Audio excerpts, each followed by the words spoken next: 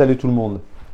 Terribles images que nous venons de voir d'un retour de mission du 100e groupe de bombardement.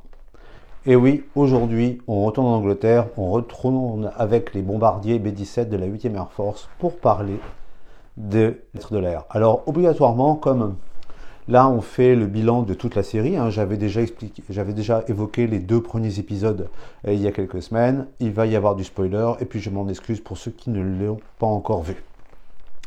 Qu'est-ce qu'on peut dire au final de cette série sur laquelle, je pense, tout le monde avait énormément d'attentes. Est-ce que finalement, c'est totalement génial? Est-ce qu'il y a des défauts? On va l'évoquer. Tout d'abord, on va évoquer au niveau du scénario, qu'est-ce qui se passe dans ces 9 épisodes? Je dirais que les 3, 4, 5, donc c'est alternance de missions aériennes, bombardement, la flak qui joue son rôle, les chasseurs allemands qui prennent leur moisson de bombardiers, les retours sur Terre, quelques aventures avec des Anglaises, à nous les petites Anglaises version Seconde Guerre mondiale. C'est très linéaire, c'est très réaliste. Et puis je salue la reconstitution qui est superbe. Certains pourront dire ouais, mais les tourelles tournent trop vite, mais les avions allemands vont trop vite aussi. Il y avait quand même à peu près 200-250 km/h de différence entre les chasseurs et les bombardiers, ce qui peut évoquer qu'on a voulu mettre cet effet de vitesse. Donc scénario très linéaire, 3, 4, 5, c'est top, avec l'arrivée d'un nouveau personnage qui est donc Robert Rosie Rosenthal, juif comme il se doit, qui va être un des nouveaux héros avec Buck et Bucky et Crosby, le navigateur, qui vont être un des héros. Et puis qu'est-ce qui va se passer? C'est que petit à petit, en fait, la plupart des héros vont se retrouver en camp de prisonniers parce que les B-17 sont fauchés les uns après les autres au niveau des missions. Pourquoi je dis jusqu'à 3, 4, 5? Parce que je trouve qu'il y a une coupure entre l'épisode 5 et après le 6, 7, 8, 9 qui sont, à mon sens, et je l'évoquerai en détail plus tard, moins bons. Donc, une fois qu'on a évoqué scénaristiquement, c'est linéaire, c'est du début jusqu'à 43, 45, on arrive jusqu'à la fin de la guerre. Donc à ce niveau-là, vous attendez pas à grand chose, c'est vraiment l'histoire de du 100e groupe de bombardement pendant la guerre, point. J'avais évoqué lors de la première vidéo une reconstitution quasi parfaite et je le maintiens. Pensez par exemple les épisodes de fin, on voit à l'arrivée des plaques de protection anti-éclat. On voit l'arrivée de nouveaux blousons qui ne sont plus en cuir comme celui-là, mais en nylon. On voit par exemple le changement de livret au niveau des avions qui passent du green olive américain au tout alu. Tout ça, toutes ces différences-là, y sont et ça rend l'œuvre superbe. L'effort aussi dans les camps de prisonniers.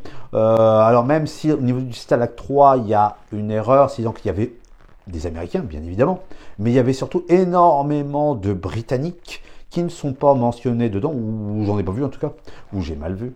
Et puis il y avait aussi des Français, des Norvégiens, des Néo-Zélandais, enfin toutes sortes de... Il y avait à peu près 10 500 prisonniers dans le Stalag 3, et là on ne les voit pas, on ne voit que les Américains. Je trouve ça un peu dommage, mais globalement au niveau reconstitution, écoutez, il y a franchement rien à dire. C'est vraiment sublime à ce niveau-là. Pour moi, il y a des choses pourtant qui ne vont pas dans la série, et je parle à partir du 6, 7, 8, 9. Qu'est-ce qui, à mon sens, pose question? C'est déjà une rareté des scènes aériennes petit à petit. On parle de 15 minutes, 10 minutes, de moins en moins. Vous allez me dire, ouais, mais c'est logique, puisque tous les héros sont prisonniers. Peut-être que le scénario n'a pas pris les bons héros, pas, mais ils se retrouvent tous prisonniers ou pas. Sauf Rosenthal, qui lui se retrouve prisonnier au début, si je ne me trompe pas, du 9e épisode, et qui donc va être récupéré par les soviétiques et puis retournera en Angleterre. Il y a des choses qui sont bien vues, évidemment. Le fait, par exemple, qu'on évoque que quand on s'est échappé, quand on a été abattu, on a été, recueilli par la résistance et qu'on retourne en Angleterre, par exemple, on ne retourne pas au front parce que ça serait, si on se refait reabattre, si on se fait à nouveau récupérer par la résistance et éventuellement pris par les Allemands, ils auraient des moyens d'avoir des informations sur les résistances. Donc retour à la maison. On voit aussi la fameuse politique de ressources humaines des Américains qui était 25 missions pour retourner à la maison. Puis après, on passe à 30. Et vous avez Robert Rosenthal qui, lui, va faire 52 missions. 52 le gaillard. Vous imaginez? Donc tout ça, c'est assez bien vu. Mais pourtant, 6, 7, 8, 9, on sent une dégradation, à mon sens, de la qualité des épisodes, beaucoup moins de scènes aériennes. Alors moi, je me suis posé la question. Hormis le fait que les pilotes sont prisonniers, les équipages sont prisonniers, c'est sûr qu'on ne vole plus. Et qu'ils vont essayer, comme ils peuvent, de s'évader, mais sans que ça puisse fonctionner. C'est ok. 300 millions de dépensés, vous imaginez que c'est plus que d'une 2 quand même. Hein. Plus que d'une 2. 300 millions de dépensés, on a plus d'argent pour les scènes aériennes. Je sais pas, je me suis dit, c'est ça. J'ai pas trouvé de vraie explication, mais il y a un coup de mou. Alors, le coup de mou aussi, c'est que les épisodes sont trop courts. Les épisodes annoncés sont 1 heure en général. 1 heure, et là, hop, qu'est-ce qui se passe? C'est, en fait, si on enlève le générique de début et le générique de fin, tu as 12 minutes qui s'en vont. Donc les épisodes font 45 minutes. C'est très court. J'ai l'impression que c'est trop court et qu'on n'arrive pas à développer suffisamment les personnages. On a des miettes, ça va à gauche, ça va à droite. Vous allez me dire ça, c'est pour maintenir le spectateur éveillé. Puis on trouve ça dans quasiment toutes les séries. Mais là, je trouve que c'est trop. Donc, il y aurait moyen de développer plus les personnages, de développer plus, par exemple, les épisodes de guerre et tout. Mais en fait, on reste un peu au milieu du guet, ce qu'on n'avait pas avec Band of Brothers ou Pacific, je trouve. Et c'est dommage. Alors peut-être que ils avaient déjà mis 300 millions, on dit non, on peut pas en mettre plus là. Non, c'est ça. Donc des personnages un peu fouillés. J'ai évoqué le fait qu'il y ait moins de scènes aériennes. Alors là, et puis, il y a quelque chose qui apparaît au niveau du 8e épisode, que j'ai pas compris.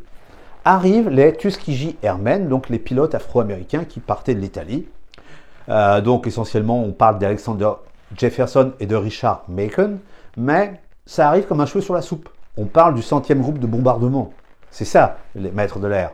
Et puis là, on vous rajoute les Tuskegee Airmen. Attention, ne me faites pas dire ce que je n'ai pas dit. Ces gars-là, il y a eu, je crois, un téléfilm en 2005, mériteraient une série pour eux tout seuls. Et là, ils arrivent, on ne sait pas pourquoi, on ne sait pas comment, comme un cheveu sur la soupe. On leur accorde à peu près une vingtaine de minutes, peut-être un peu plus, sur les 2 derniers épisodes.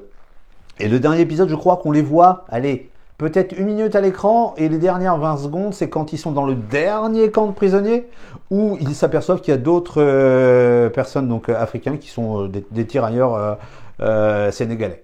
Ok? Bah, à part ça, c'est tout. Alors, à quoi ça sert de les mettre?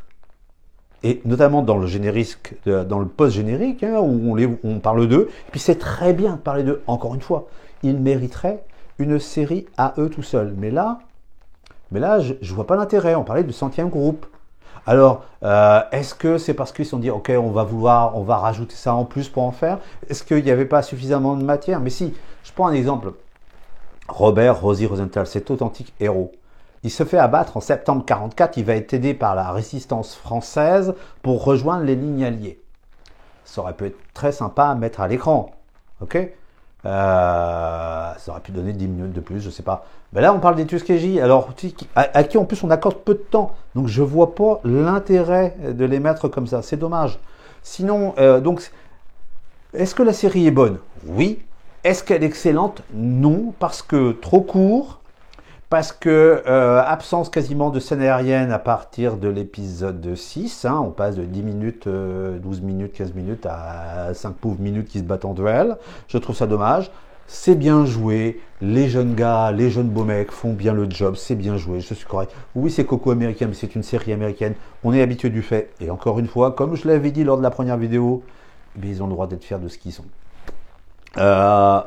Je trouve dommage, en fait, que la magnifique reconstitution soit un petit peu gâchée par un manque, je dirais, un manque d'ambition au niveau du timing global. Je trouve ça un petit peu dommage. Donc, oui, c'est une bonne série. Je ne l'ai pas trouvée parfaite ni excellente. Band of Brothers et Pacific seront toujours au-dessus. Oui, c'était génial de voir les B-17, le 100e groupe de bombardement.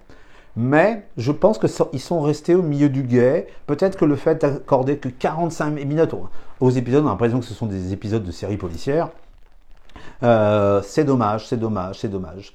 Donc, écoutez, voilà ce que je voulais vous dire. Dites-moi ce que vous en pensez dans les commentaires. N'hésitez pas, likez, partagez, abonnez-vous à la chaîne, blablabla, comme d'habitude.